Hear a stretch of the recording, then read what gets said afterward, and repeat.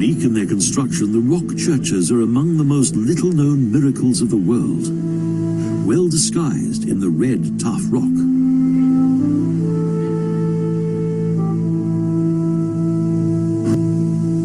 The most little World Redeemer Church of the House of the Holy Saviour is situated at the highest point of the steep Rastas Mountains. This monolith church was completely carved out of the rock. First, the outer contours were defined by way of ditches.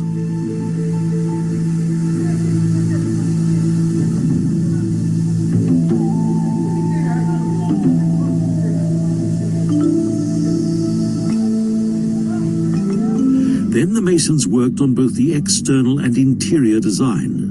From floor to ceiling, domes, windows, doors and pillars gradually developed.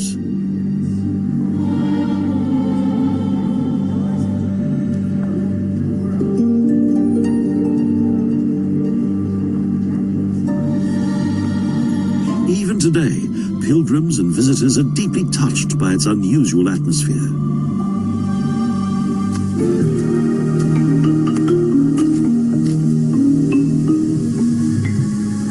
Of paths and tunnels carved into the rock connect the first group of churches. This, the Bete Mariam, the House of St. Mary.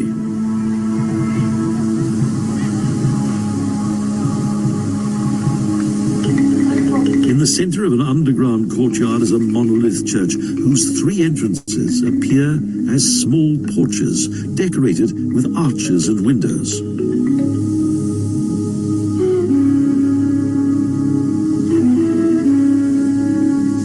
Various entrances and external walls are of axiomite design.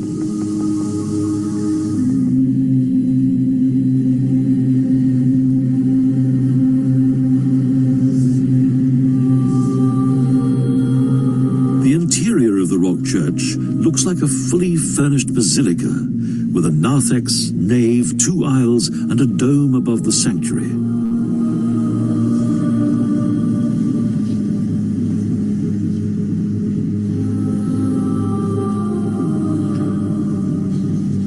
Paintings of biblical motifs and stone ornaments adorn both columns and walls.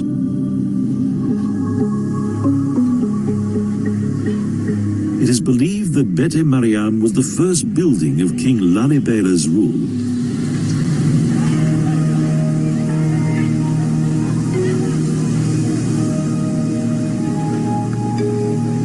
Lalibela was the most important king of the Zakwe dynasty, in whose honor the old capital of Roha, located in the secluded mountains, was named.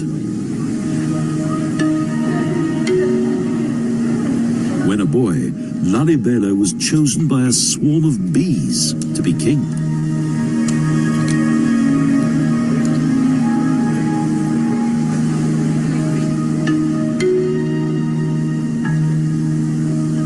The colony gently enshrouded him like a cloud, a heavenly sign.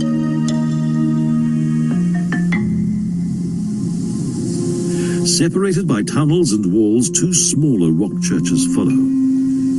Bete Debrecina and Bete Golgotha. Both appear as one.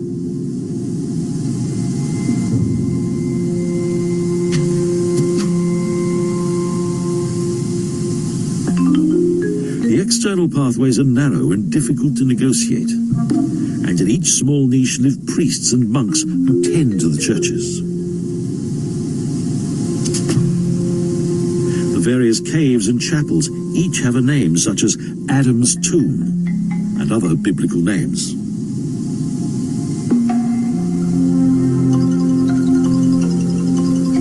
The route leads back to the surface, down the mountain, and passes the traditional village of bee huts.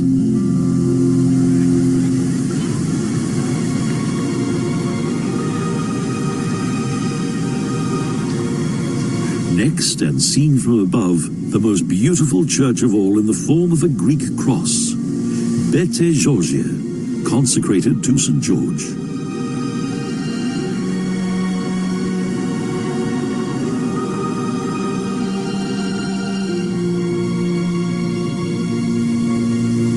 Isolated from the other churches, it lies hidden in a deep shaft that is reached by way of a winding corridor.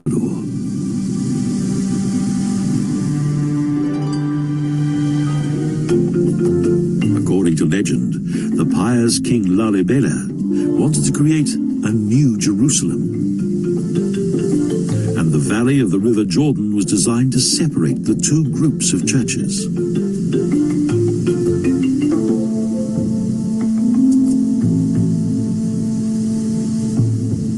The double church of Gabriel and Raphael belongs to the second group. Again, red tufa corridors and bridges lead to the holy places.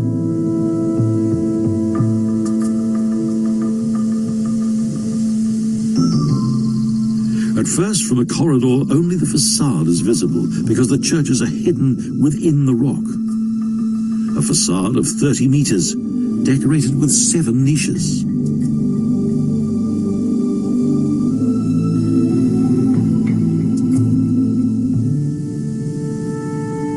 Inside is a small central area which connects adjoining rooms that are dedicated to the archangels, Gabriel and Raphael.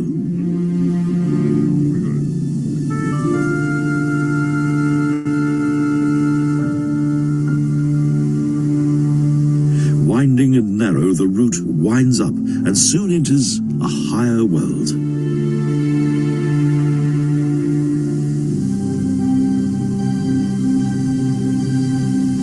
From here, Bete Emmanuel is seen in all its glory, as well as the unique design of the famous churches of Lalibela.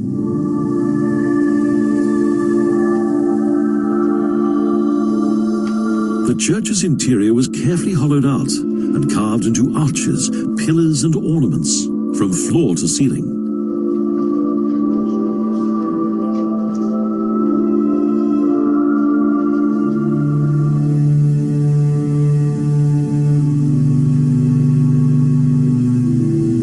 For more than a generation, many skilled stonemasons from Jerusalem and Alexandria carved out this 8th wonder of the world from the volcanic rock of the plateau.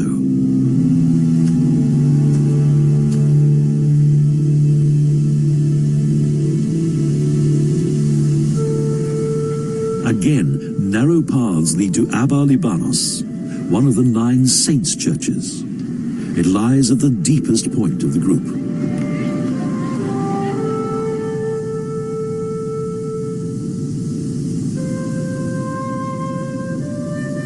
All 4 sides have been separated from the rock. Only the roof is formed by the mountain. Axiomatic and Moorish windows decorate the facade. According to legend, to replace the exhausted stonemasons, God himself sent hard-working angels to continue the work throughout the night, thus helping to create the new Jerusalem in Lebanon.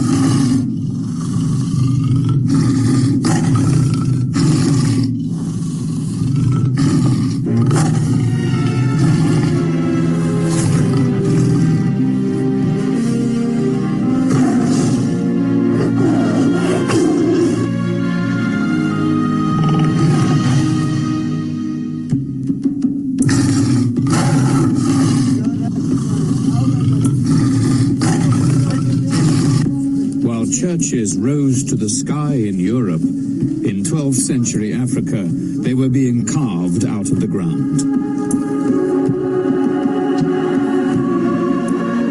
These Christian pilgrims in Ethiopia are on their way to worship at one of them. In these highlands, in the 12th century, Lalibela, a new king from a new dynasty, built a new holy capital.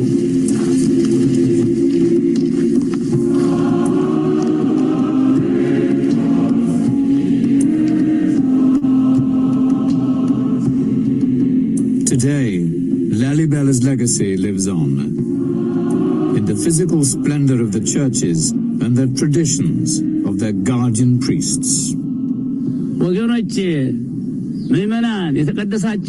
My blessed people and congregation, churches with no mud, no wood, and no cement You cannot find anything like this in the rest of the world. You are all blessed because you are here. This place was built by God.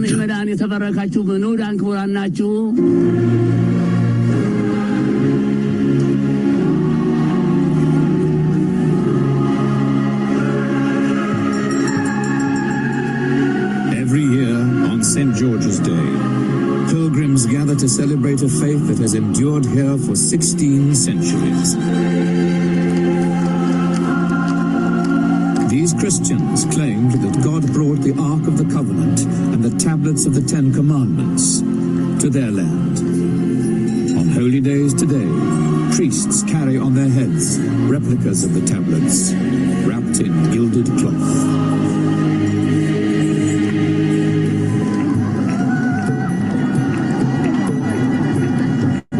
The people of Ethiopia have been carving churches out of mountains for more than 1,000 years.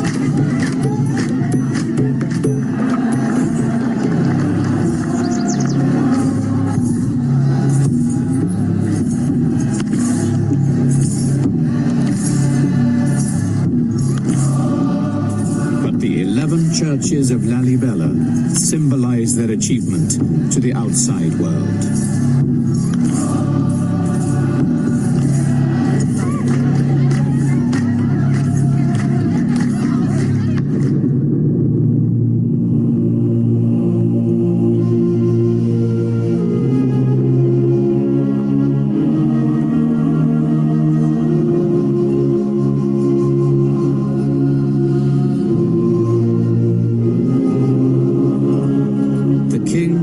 Become a legend, his story told by monks even today.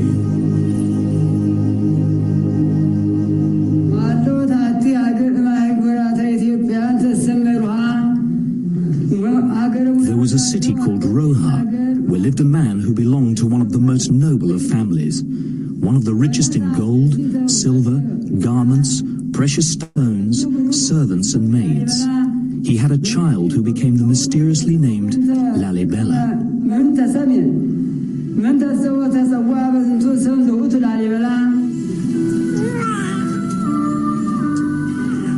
In the legend, the king's greatness was recognized at birth. A swarm of bees descended on his cot as if around honey.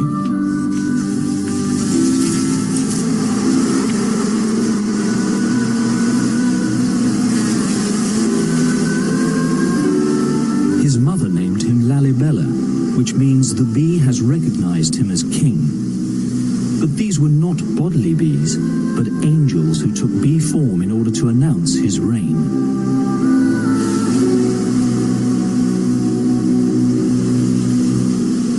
God sent one of his angels to bring Lalibela to heaven to show him the most holy of churches. Lalibela, the story goes, ordered tools to be made to carve temples like those he'd seen in heaven.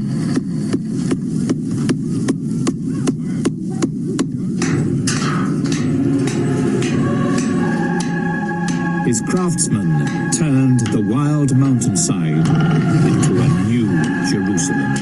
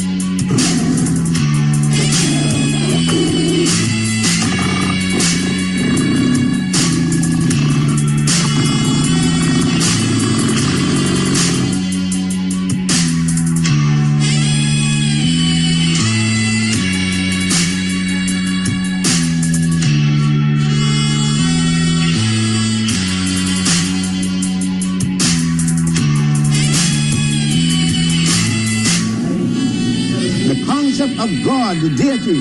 Man, when he came here, man, when she came here, male or female, wanting to know from whence he or she came beyond mother and father. And since no one could tell, then want to know the purpose of being here. And then where do I go after here? Man then. Man's own mentality, man's own mind, man's own thinking, man's own brain, man's own heaven. Devise answers. Nothing wrong with that. But then understand what it means. No man came down from any Superman, no anything like that, and brought a rope in a damn thing. This is the ideas of men, both male and female. And until we understand these things, and until we understand the source from it, when it came down the Nile, and these African geniuses who conceived this, wrote their books, when before Solomon plagiarized, before he stole the Proverbs from the Pharaoh Ameneop, A-M-E-N-E-M-E-O-P-E,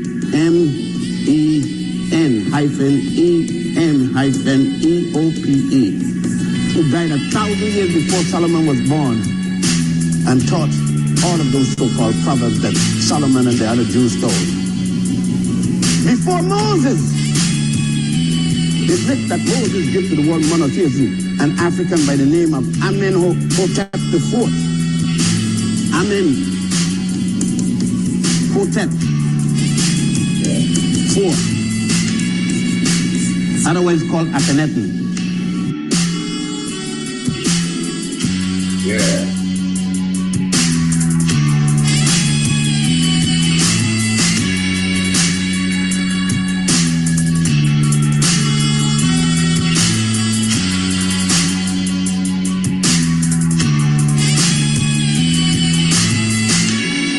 Blessing up each and every individual with one heart, with one love, we say joy and happiness to each and every one. Glorified the Mawe Haile Selassie Negosenagas. And we're thankful that we are in your presence as well. Honorable Priest Isaac here with you on a beautiful evening as we are now into the zone, the tiger's nest, meditation, the elements of radio and the international flavor, the universal spice. As I said, joy and happiness is what we are bringing to you. A wonderful sit down, a wonderful program in store for you this evening. And again, we're going to make sure that it's worth your while. I'm asking you, as always, to make someone else know that you're listening to this. Many of us, we are twiddling with our little phones in our hands as I speak. So just send out a WhatsApp. All you got to do is copy this link and then paste this link to your friends, to your families. Tell them, listen to this. You're going to have a nice meditation tonight. If you want a good, serious discussion, this is it. If you want to chuckle, you're still going to get it here because we are fully all-inclusive, all-rounded vibration here. All right. As they say, jack of many trades and master of all. Hey, family, give thanks again. Honorable Priest Isaac here with you.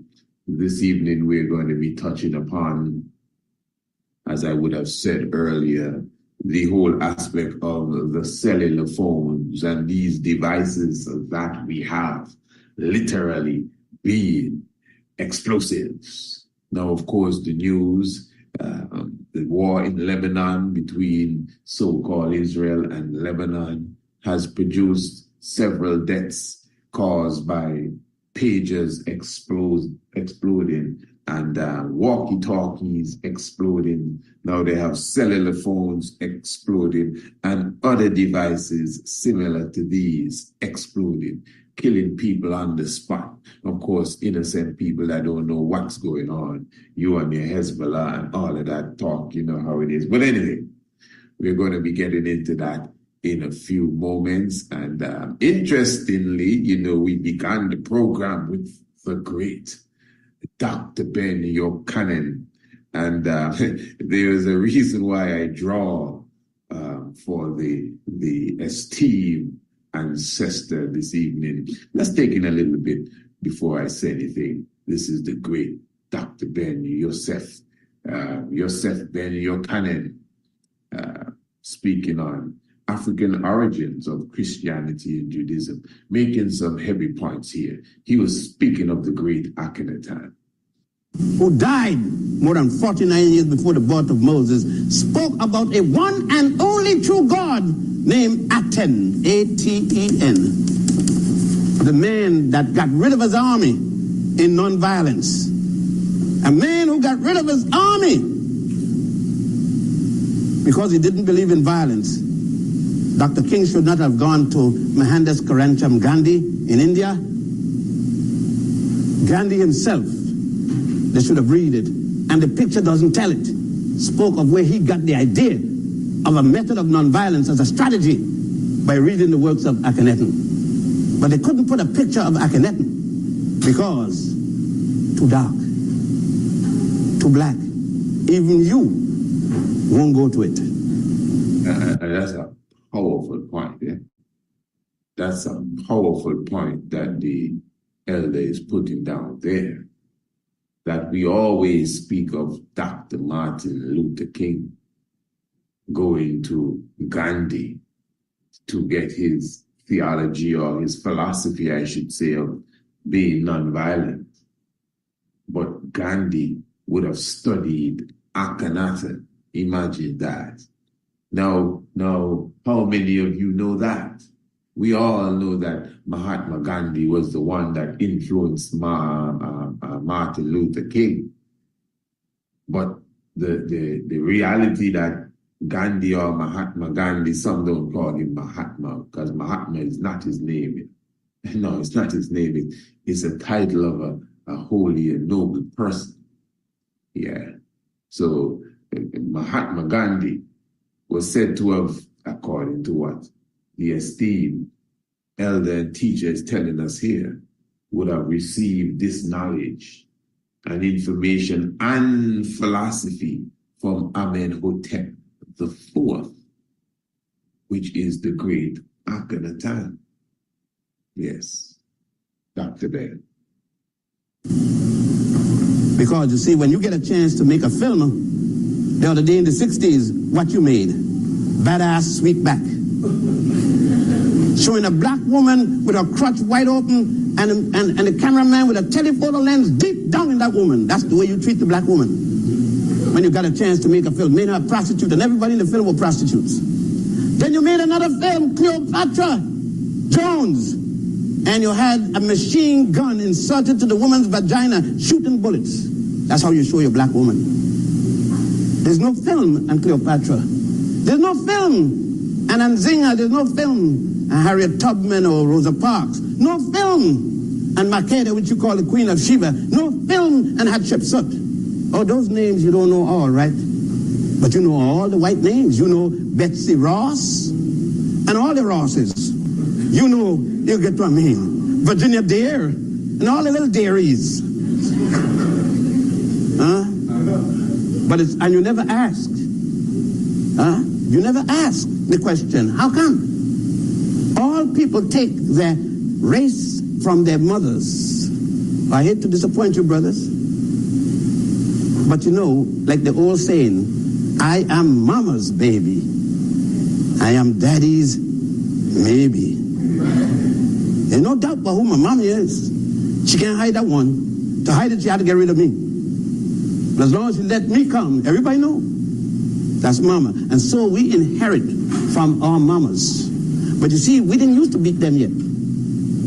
See, nobody had told us that she ugly. Nobody had told us that her natural sweet hair. Lord, it feels so good to run your hand through one of them woolly hair that them sisters got. Sister, keep. If you got a woolly hair, keep it. Don't you put no egg and champagne and beer and cocorico and all that kind of stuff, and then malt liquor, dye, this thing and Miss Clear all. But I know what you're doing it, sis. Don't get mad with me now. I know why you're doing it. You're doing it because that damn fool don't know how good looking you are without you doing that. He wants you to look European as much as possible, and you doing it. You know what? Tell the sucker if he don't want you the way he is, get lost.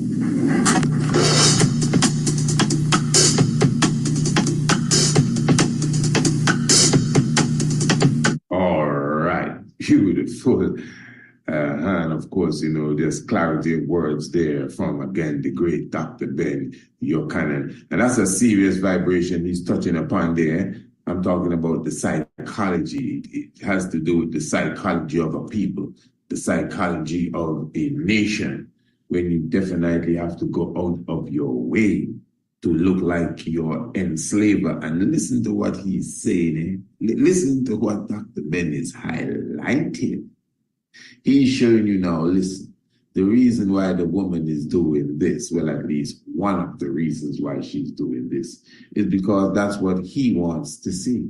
No, it's reality. I mean, if as a unit, man could say, well, no, man, we want our African woman, the woman with the natural hair. We don't want the long stringy hair no more. We don't want the red up lips anymore, and whatever else comes with the Eurocentric mentality. What do you think will happen? Obviously, the goddess will humble and bring herself to her natural beauty, and that is really what the good Dr. Ben is saying there. Yes, Royal Family, give thanks for your presence with us, and I must say, even going into the program this evening, we have a serious reasoning I want to get into as it relates to the cellular phones that we have. Every cellular phone, every smartphone specifically, is an explosive device. That's without a doubt.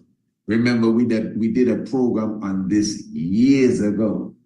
And the reason why I am bringing it up now is because obviously the devices that were exploding a few days ago, and even now, because the war is on, up there in Lebanon. Now, for those who didn't hear, we're going to get into it in a few moments. Now, another program I would have done a few years ago, or maybe even a year back, I would have done a couple of programs directly dealing with our ancestor that we are featuring here. I'm talking about the great Dr. Ben Yochanan. And the reality is, obviously, we all love Dr. Ben to our hearts. But there are times that even in my speech, sometimes it's not even planned. But you know, when you are speaking and you have an audience and ideas and thoughts come to you, you're expressing them and you have to be skillful. Now, Dr. Ben Yochanan is an individual who despises Emperor Haile Selassie I, his family lineage, and his people. And he would have expressed that several times, at least in my earshot, on these videos and audios over the years. Now, again, I always say, and these programs, I'm not going to even go too far into it now. You see, the reason why I'm bringing this up is because ones have been nudging, and I see the comments, and ones want us to get on the subject of Dr. Ben because some other person would have been trying to use Dr. Ben to discredit Emperor Haile Selassie I. Now, let me be straight here. Again, we understand the situation for sure. It's not just Dr. Ben. Dr. Ben, obviously, you heard him speak. He has a very raw way of expressing himself. Dr. Henrik Platt, he also has a blunt way of expressing himself. But I'm telling you, many of those people from that time have a certain hatred and dislike for Haile Selassie I and the Ethiopian nobility in general. Why? Because they have also fallen for the trap that the wicked world has placed upon us to totally blind us from the glory of who Emperor Haile Selassie I is. I clearly showed you Joel Mokenen, and we will do a program on him. Prince Joel Mokenen, great, I think it's two greats or one great grandson of Emperor Haile Selassie I. And he clearly shows he's a successful attorney and businessman, and he's clearly showing you that it is a well-organized plot that was put together to make sure that the history of Haile Selassie I doesn't get out. So even though Dr. Ben Yochanan, the esteemed ancestor, may be close even to the Ethiopian culture, because that's what he is. He's considered an Ethiopian Jew. That's Dr. Ben Yochanan. Well, that doesn't mean a thing. There are people in Ethiopia who also have a strong dislike and hatred to the King of Kings. We would have explained all of this a few weeks ago as we were speaking about the war between Tigray and the Ethiopian central government and the situation in Somalia and Somaliland. And we would have taken the time to go into the psychology and the different ethnicity and why they may not promote the history of Haile Selassie like another set of people because they have that dislike because of Menelik II, you know, according to some Tigrayans, because of Menelik II. Eritrea went under the Italian grip. Up to this day, it is separated from Ethiopia because Menelik II did not run the Italians all the way out. And you know, they keep these things. They say Haile Selassie was trying to make everyone in Ethiopia speak Amharic and put away their own personal ethnic languages, which is not necessarily true. But we understand the unification that was being sought by Haile Selassie I. So we understand this history, and many Ethiopians and people like Dr. Ben, in all his intelligence, has his own personal right. You know, the things I would have heard himself and Dr.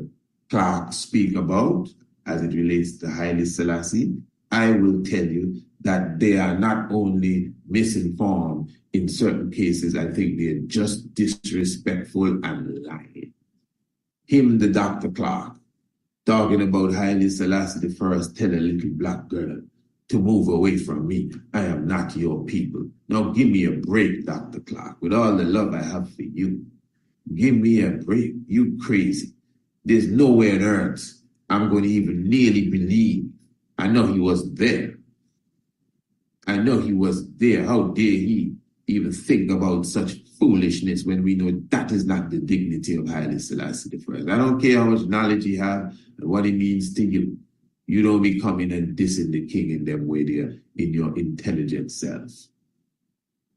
And the same thing with Mr. Yochanan, with all the love we have for him. And again, I don't want to be going over this over and over again, you know. That's just them. Many of us, we have parents that diss the King of Kings, and we still love our parents, don't we?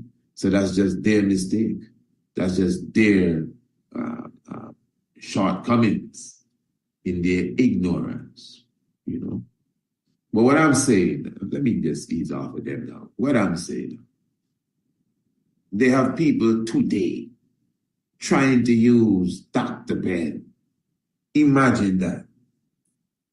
To disrespect the King of Kings, and these people are saying that them is Rasta. Let me tell you what I really want to touch upon, family. I'm not even talking about them. I'm talking about you.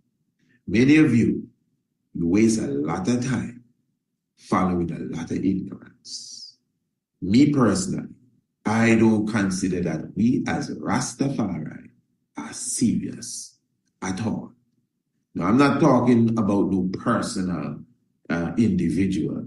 If you feel offended by what I'm saying, well, maybe I am talking to you, because I really believe that when you throw a stone in a pack of dogs, any dog that says, ha, ha, ha, that's the dog that got the stone.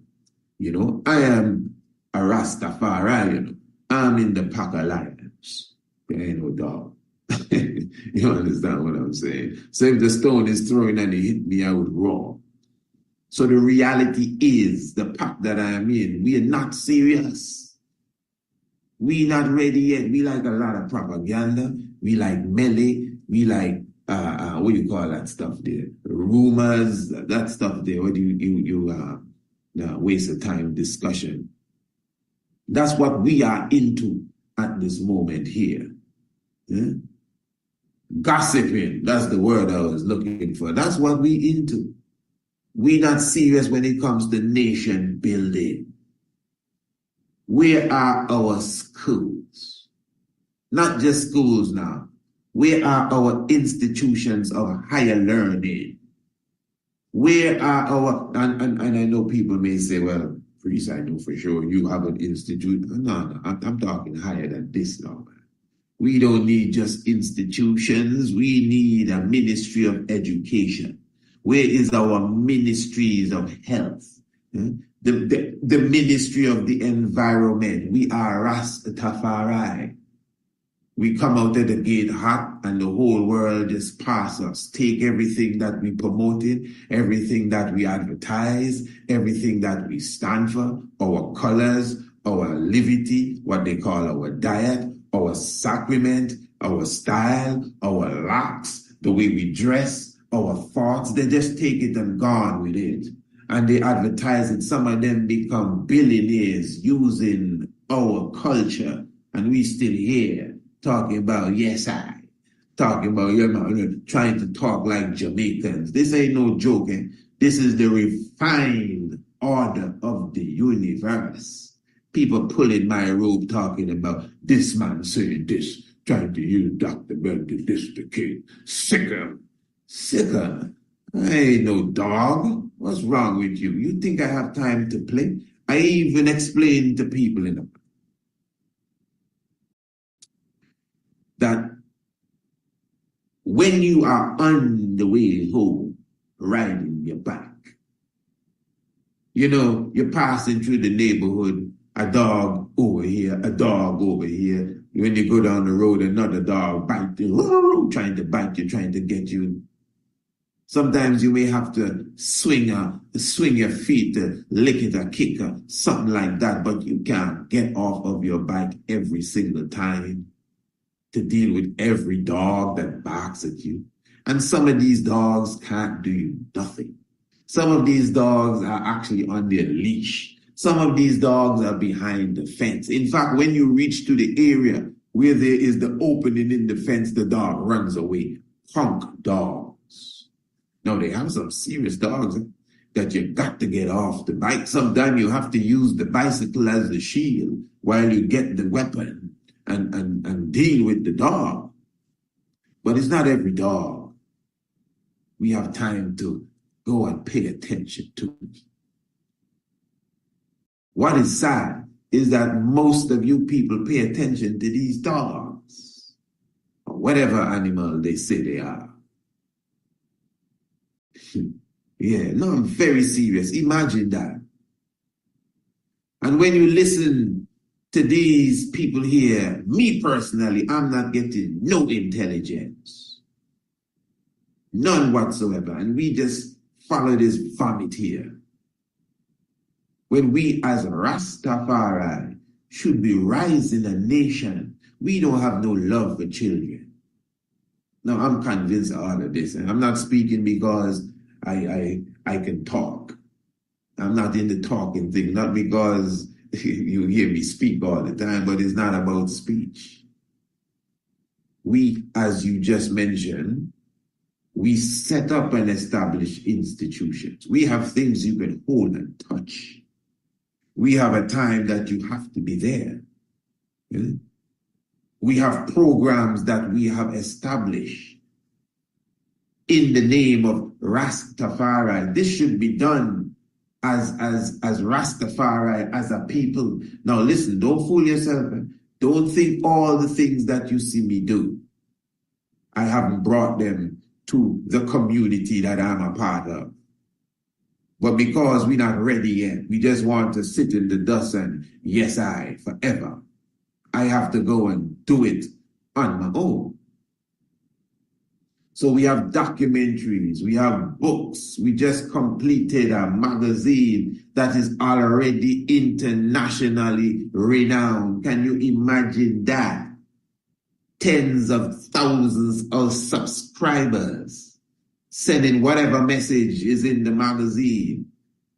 Our international radio. These are programs that I would have put on paper and brought towards different groups, not just Bobo Shanti, not just Bobo Shanti in Antigua, not just Bobo Shanti International, but even the brothers and sisters within the Nyabingi order right here in Antigua. I have nothing to hold back. This is real. We waste time.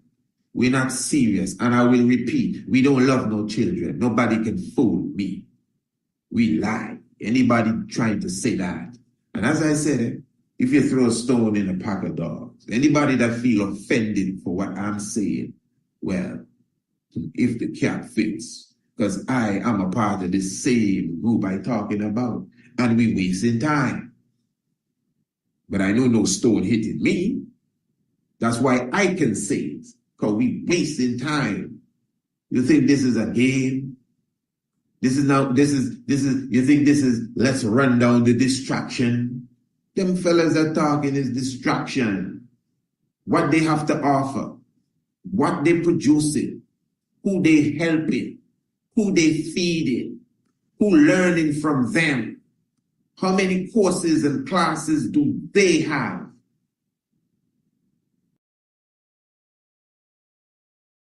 And then again, back to you as Rastafari, those of you who say you're Rastas. Again, we're not serious. We're not serious about education. We're not serious about our children education neither. I am telling you.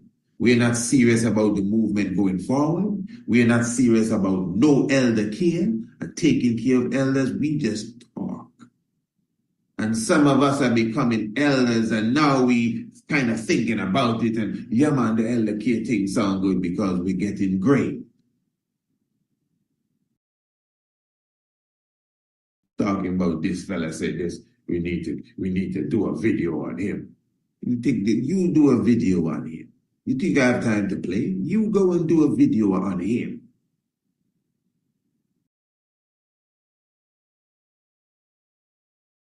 And I deal with the Dr. Ben thing already. I'm not going over that forever and ever and ever.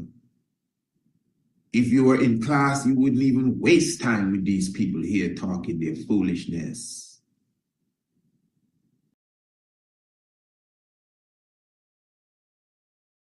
And I know there are those of you listening who are so refined that you don't even know what I'm talking about. Keep it so. It's all right. You don't even have to worry. You just stay in class. I show a lot of appreciation. And I speak into Rastas now. Hear me now, those of you who are Rastas. Your brother here, Priest Isaac, I'm an international man. International. I link with people that is not Rastas, not black people, Eskimos, all sorts of people. And I'm telling you, we as Rastafari, something wrong with us. We not ready yet for the future. I'm going to repeat. I don't care who's upset. We wasting time. You can't show me nothing else. You may be doing something. But we as a people, we ain't doing what we're supposed to be doing. That's for sure. That is for sure. It's as if we back to Marcus Garvey saying, where is the black man? You know what I mean? Business. Where is the black man? Kingdom. Where is the Rasta leadership? Where's the Rasta leadership? Tell me. Where is the Rasta leadership? No, man, I don't need no leader. God in a man, right? No, and I just have to live up on foolish talk. Yeah, man, I tired of hearing them stupidness. When we moving now, time for us to move. Where our fleet of ships and trucks on the highways, Rastafari International carrying whatever goods across the highway. When? Where's our intelligence? And I'm not just talking it, I'm going to repeat this. This is decades. I can bring you into my space and show you stacks of papers, proposals, new ideas. Some of you listen and watch and hear me present these ideas to even you. But we don't move. We do not move.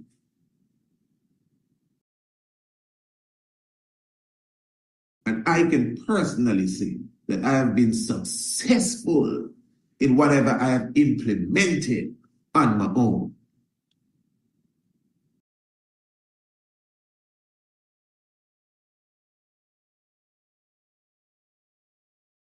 I have a brethren by the name of Prophet Andre Rastri.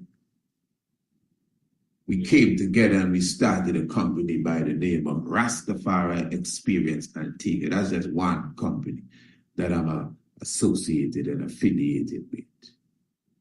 And we do marvelous works as it relates to the advocacy of the preservation of Greencastle Hill, and also the hike and tours and the national work when it comes to, again, Greencastle Hill. I've been doing that for years by myself. He's not the first person I would have put that to, but he came on board and said, yeah, I think we should form a company. In fact, those were his words. And here we are, Rastafari Experience Antigua. Family, is the time to do business. This is the time to do business. This is the time to invest. Some of you, yeah, man, back to Africa. That's another thing. Some of you very selfish with that. You not see no bigger picture. So you want to go back and you want to build this house somewhere and you cool out. And this is not no cool out thing. This is a time for us to advance ourselves as a nation. I mean, what don't you care about all the people that have been displaced in Sudan? Or you don't follow up on these things? Millions of people displaced. Where's our heart? There's nothing you think you can do about that? What about the fighting amongst our brothers in different aspects or parts of the motherland? You have no ideas? Nothing you think you can put on the table? There are those of us who have ideas and targets and goals. Sometimes we share it. But we're numb. We as if we're more brain scrubbed than the regular people who say that we're conscious. We can come together and form a reggae group, a reggae band. The drummer and the guitar man and the keyboard and the lead singer who can get all the fame. But we can't come together when we're supposed to done together and ready to move the thing forward. We want to sit down and listen to this fella, that fella, people taking Rastafari and turning it into a comic show. We don't have no time for this.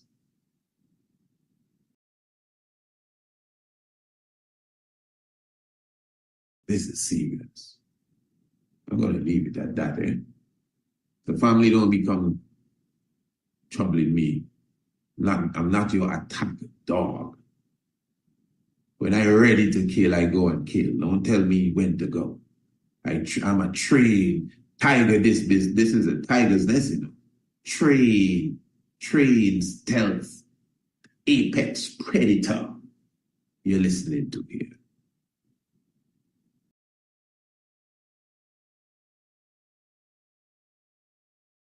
Yeah.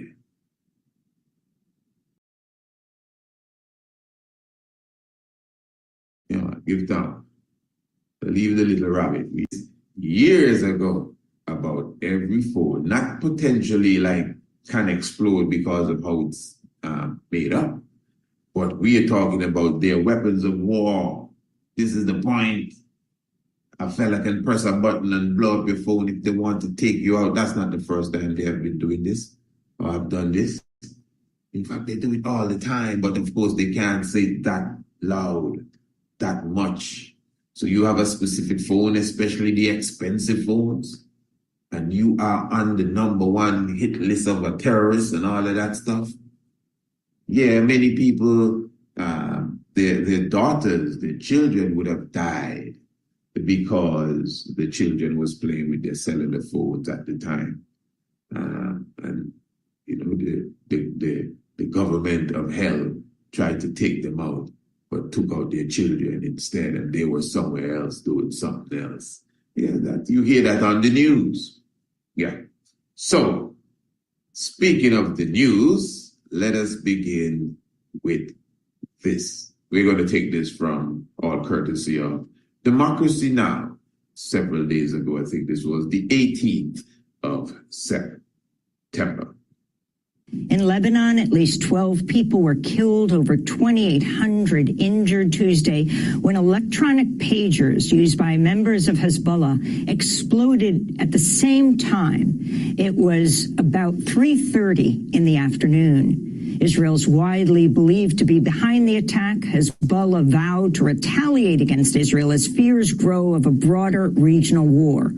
According to a report by Reuters, Israel's Mossad spy agency had managed to plant explosive material in a batch of pagers bought in recent months by Hezbollah. The pagers were sold under the name of the Taiwanese brand Gold Apollo, but the company said the pagers were actually made by a firm in Budapest that had a license to use Gold Apollo name. Victims of the attack included a 10-year-old girl who died when her father's pager exploded. The Iranian ambassador to Lebanon, Mujtaba Amani, was also injured by an exploding pager. The New York Times reports he lost an eye in the blast. The nature of the simultaneous attack shocked many in Lebanon. What happened yesterday shocked us. It was unimaginable. No one could have thought that pagers could explode like that. The scene was shocking, how people were torn apart right in front of you. Hezbollah relied on pagers in part to avoid Israel's surveillance of other communication networks like cell phones. Lebanese lawmaker Tony Frange Jr. condemned the attack as an act of terrorism. Catastrophic repercussions for the crisis today, but this, as I have previously explained with several stations, is terrorism being practiced against Lebanon. And we, and I believe the majority of the Lebanese people, do not submit to the language of terrorism. Earlier today, U.S. Secretary of State Tony Blinken said the U.S. did not know about nor was involved in what he called, quote, these incidents. Blinken made the comments in Cairo, Egypt, where he held a joint news conference with the Egyptian foreign minister and met with Egyptian President Abdel Fattah al-Sisi. Axios reports Israeli Defense Minister Yoav Gallant called U.S. Defense Secretary Lloyd Austin shortly before the operation began. We go now to Beirut, Lebanon, where we're joined by independent Lebanese journalist Mohammed Clate. Thanks so much for being with us. Mohammed, can you describe the scene yesterday at 3:30? Okay, let's take it a little bit. This. Thank you very much for having me. We're still in a sort of state of shock of what happened. We didn't comprehend what was going on until later hours at night. What happened at 3:30 exactly? Certain sounds of small explosions were happening in the streets of the southern suburbs, specifically. People yelling at the street. People were in a state of shock. There were some of them who were not targeted by this terrorist attack. Were in a state of they were frozen in the streets, not knowing what was going on. It was very hard to comprehend, to make sense of what was happening. Then later on, people started helping the people who were injured, where these pagers exploded on their waists or even their hands or in front of their faces, taking them to hospitals because they were falling down on the street by the thousands. As the Minister of Health has counted, around 1,850 persons were injured in the southern suburbs alone, or in Beirut in general. There were around 2,000 persons who were admitted to hospitals, around 450 persons who were critically injured in the faces and the eyes. While on the street, people until now are still making sense of what was happening. Even until late at night, people were still on the streets, still trying to get people who were injured from their houses, from the cafes, from the supermarkets, from all the civilian buildings where these pagers have exploded, trying to admit them to hospitals, trying to donate blood for those who have lost it. And the number of people killed and wounded, and the people who were killed, we just reported on an 8-year-old girl. Can you go more into this, Mohammed? Yes. So far, there have been 13 persons who were killed, 10 of them who are direct personnel of Hezbollah, whether they... Now, of course, this is, you could call this old news. This is about, I think, 4 days ago. So that number there, you could just multiply everything that is being said by 4, because it has continued.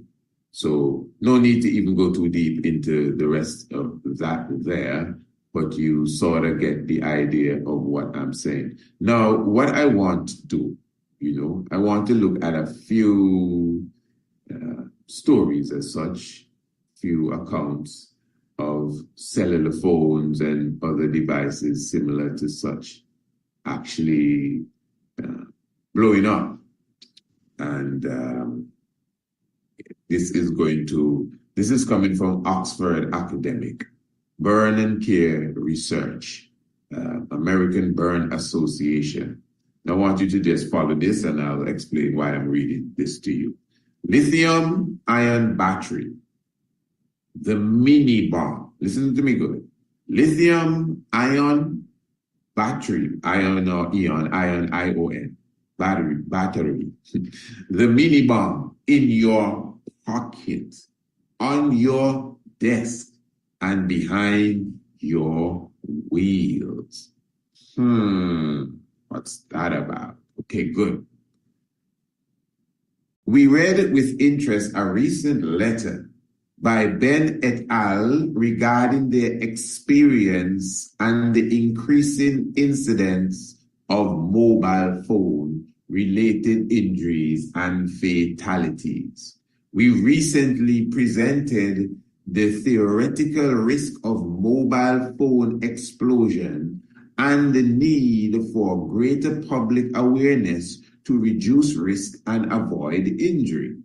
Sleek designs make modern mobile phones desirable, but are only possible thanks to lithium-ion batteries that provide their power. The potential for these batteries to produce significant heat has been widely reported outside medical literature. They rely on a safety feature known as separator to reduce the risk of a hazardous short circuit. Hear that?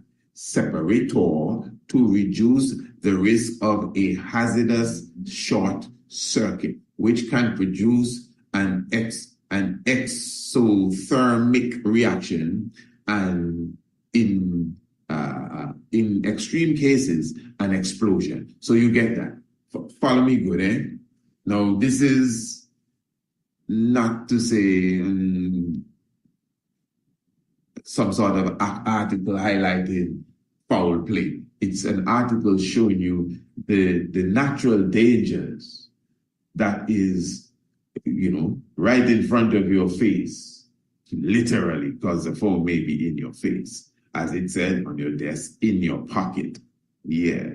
The danger that is there, the risk that you are taking, the chances then that you are taking, if you want to say, they rely on a safety feature known as a separator to reduce the risk of a hazardous short circuit.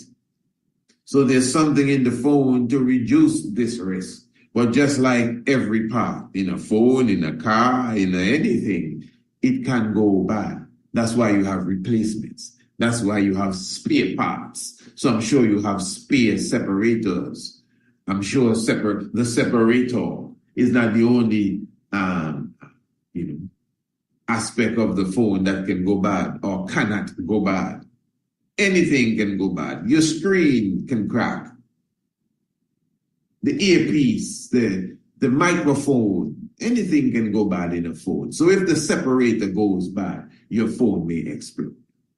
They rely on a safety feature known as a separator to reduce the risk of a hazardous short circuit, which can produce an exothermic reaction and, in extreme cases, an explosion. This safety feature can be faulty and damage or counterfeit phones. No, pardon, let me do that. This safety feature can be faulty in damaged or counterfeit phones and eroded in battery overcharged and overused. So you understand that. So you get a damaged phone, you know, sometimes you go and buy some second-hand phone. Or counterfeit phones. What's a counterfeit phone? Well, whatever that is. And then, you know, on some phones, they tell you after the phone is charged, you know, you plug it out and let it run down, and then you pull it back in again, or plug it in up and unplug it, and then you let the battery drain until maybe 20%, then you plug it in again and charge it up. But some of us, it's charged and we leave it in, plugged in, and it's just there. In fact, there was a time I used to just have the phone plugged in and have it on the desk, and it just never came out. Didn't explode, but oh yeah. But I've seen batteries, not boom, exploded, but I've seen batteries become swollen, yeah, because of overcharging. I had a phone that did that to me. See? So this safety feature can be faulty. The safety feature is a separator, can be faulty in damaged phones, in counterfeit phones, and eroded in batteries, overcharged and overused. A recent national newspaper in the United Kingdom reported on the dangers of lithium-ion batteries following 2 recent deaths in China, the victims of spontaneous battery combustion. All right, and that's from Oxford Academic Burn and Care Research associated with American Burn Association. So that is a report that came out there. Now I want to read something to you coming from, this is online now, the National Library of Medicine. And this is highlighting a review of 3 cases of mobile blasts. This is really good. Now, this one is intense, and there's some pictures that come with this. I'm not going to read all 3 cases, but let me give you the introduction. Mobile blasts, or bombard, is the word you can hear everywhere in India, from home to office, vegetable market to the shopping complex, and school to universities. Reports are coming from many places of mobile phones suddenly exploding in the hand or in the pocket or after receiving a call, causing disastrous consequences on the patient, family members, and society, both physically and psychologically. We report 3 cases of mobile blast injuries to hand in 3 different children. I think this should be we reported, I believe. 3 cases that we report. Anyway, case reports. Case report 1. A 10-year-old boy was brought by his parents with a history of mobile phone blasts while he was playing games on the phone for half an hour, and the phone was getting charged. The grammar here is not too well done. His father had bought this mobile 6 months back from the local market, costing around Rs 1,000. However, he is not aware of the manufacturer of the phone or its battery. Yes. The patient sustained multiple injuries over chest, abdomen, his face, and right hand. The patient was referred to us 10 hours after the incident. He was immediately taken to the operating room where all the wounds were thoroughly debrided. Debrided, I think the word is. And of course, his joints and different things were basically decapitated And they have some pictures here. Luckily, this is the radio, so we ain't going to be showing you because you may not want to see. Just quickly, another case, just quickly. A 12-year-old boy was brought by his parents 3 days after mobile blast injury when he was playing with battery of the phone, which was defective. Parents are unaware of the type and make of battery. So this is just a report so you can see it's well detailed. So this is in India, and the reality is this is like one of the most populous countries in the world, and you know, high level of poverty, just reality. That's just how it is. That's how the system is set up. So you would find a lot of cheap devices. So you may hear that, wow, in India, a lot of phones are exploding. But again, India is a big place. You know, India have a lot of people. And at the same time, you know, because of the lifestyle of many, you will be getting these defective phones and old phones and reconditioned phones, I would believe, which would have, so even if it's one explosion a day, it's relatively small, but once it makes the news, it sounds like, hey, this is the phone explosion valley of the world. That's in India. But the reality is now, and why I read these articles for you, is so that you can see the reality of phones exploding is not something new.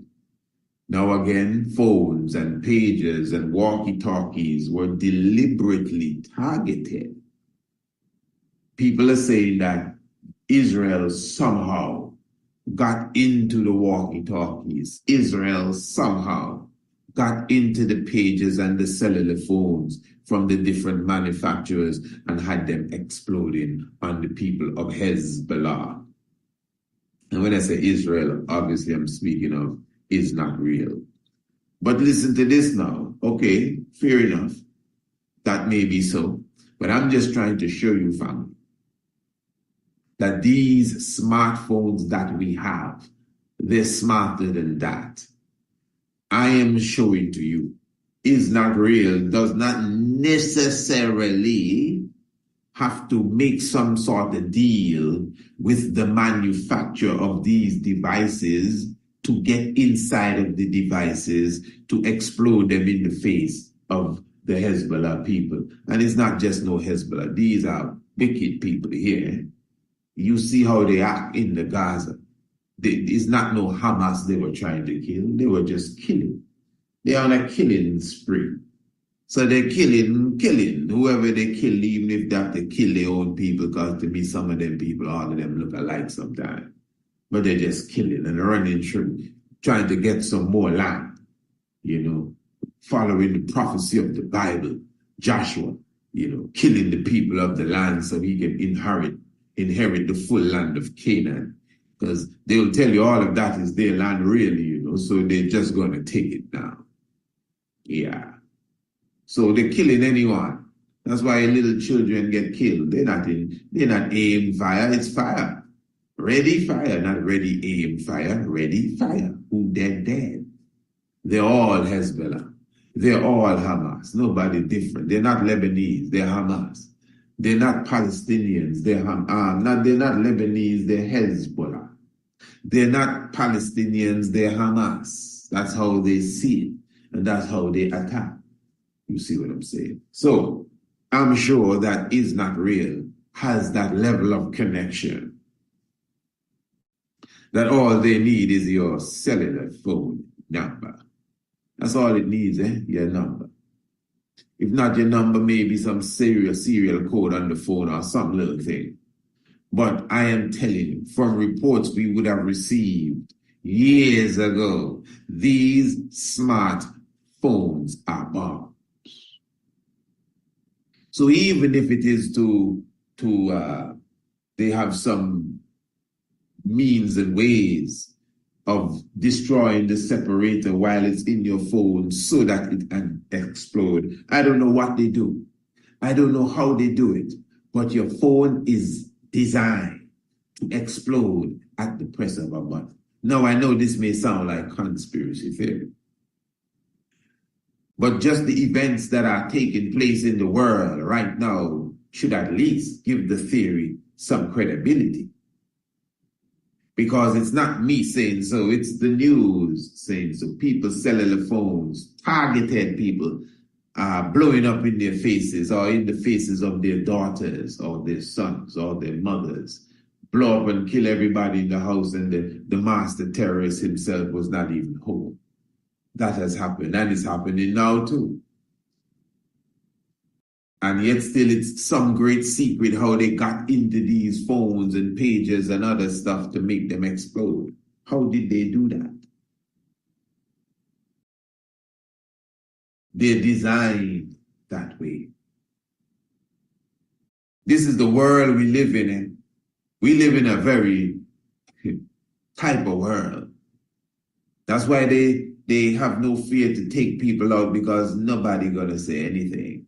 People gonna talk, but that's not gonna reach anywhere. A life has no value.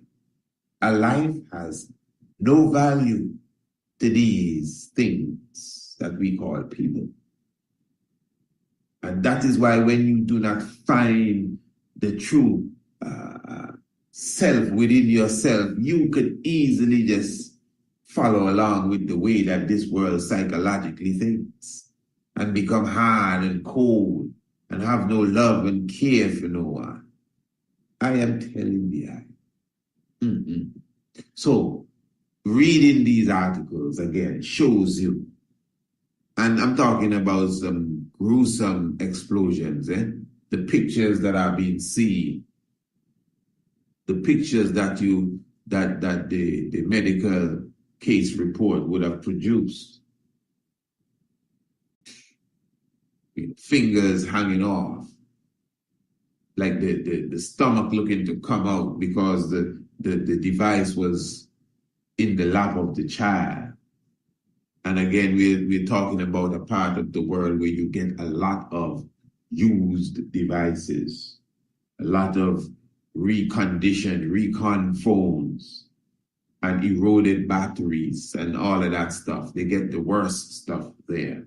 And it's happening in other places where it may not be reported as much. Believe me, a lot of rural places in the world where no big reporting taking place there, and they have some old phones, whether it's China, Africa, Asia, this is happening. Old phones are exploding. Batteries are swelling up, at least I know I can speak for that one. Battery is swollen up, bust out the phone. Anything after that would have been boom. Then I would be able to say, well, I've seen a phone explode. But we would have read the reports. The army utilizes this. Well, not our army around here. The bigger army utilize this technology. What's his phone number? Dial it for me. Ding, ding, ding, ding, ding. Ring, boom. Oops. You got him? Doesn't seem like he's home. Very good. Yeah. I mean, in general, the way that we deal with these phones, when you read the fine print, the instruction that they give you on the paper that none of us read that comes with the phone, they're telling you that you're supposed to keep the phone 3 feet away from your body. 3 feet away from your body. Now, how do you do that? You get an earpiece, so you don't have to put the phone to your head. And you hold the phone. I've seen it. I've seen this on television. The man showing you how to use the phone, and he's telling you put the earpiece in. And at that time, it wasn't Bluetooth earpieces, and it was like the wire itself. And he's showing you, and you hold the phone away from your body. Now the phone is in your hand, and he's saying that you hold the phone away from your body, and he has the phone in his hand, and he stretches his arm out and showing you that you can still be talking on the phone with the phone away from your body. So what is your hand? I mean, the way we think, Rastafari. So your hand is not your body now. I must say. And from that time, I said, we are some real intelligent dunce, some intelligent, ignorant, wise fools around here with all the knowledge that we have and our degrees. And hold it away from your body.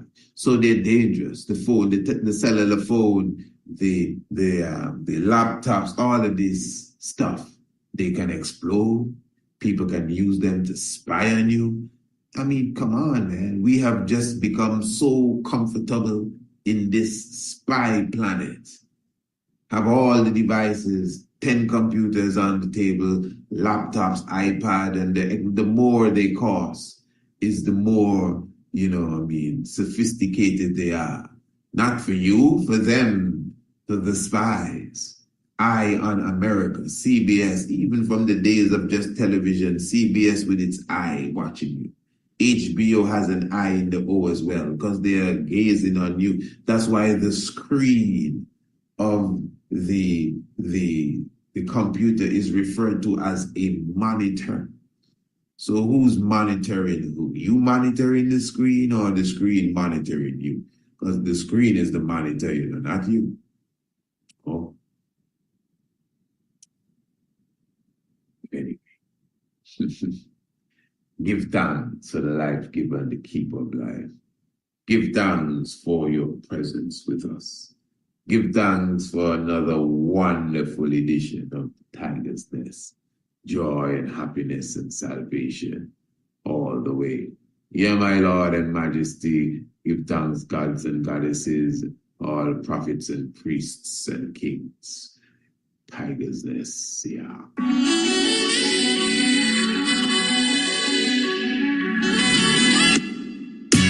Definitely give thanks once again for your presence with us this evening.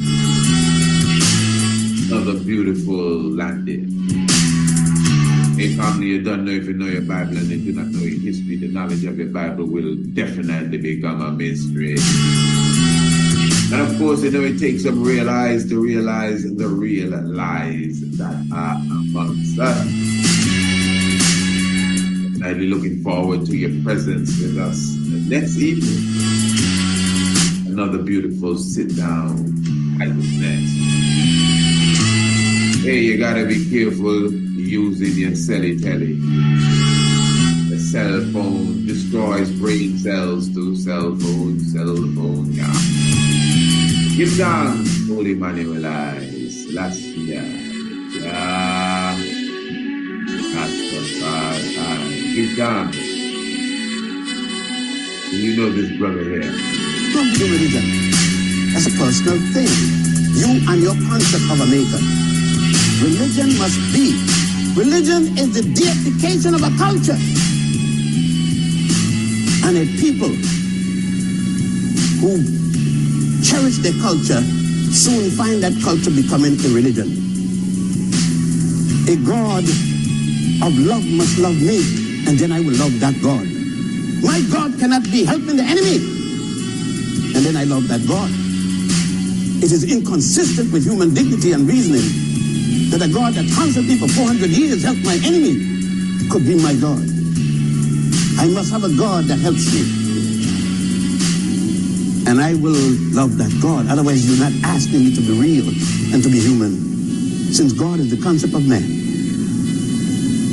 What we are talking about, as I boil down for question and answer period, which we will have later, very good, is to just give you a touch into the concept of religion. And since I spoke of Judaism and Christianity, let me just remind those of you who I did not speak about Islam. It was Hatzad Kubad ibn Rabad, otherwise called Bilal, who started the first part of the Quran. It was Muhammad ibn Abdullah himself who stated that his grandmother, his mother's mother, came from Ethiopia. It was he himself who sent to Ethiopia to the emperor to send him help when he was being chased out of Mecca.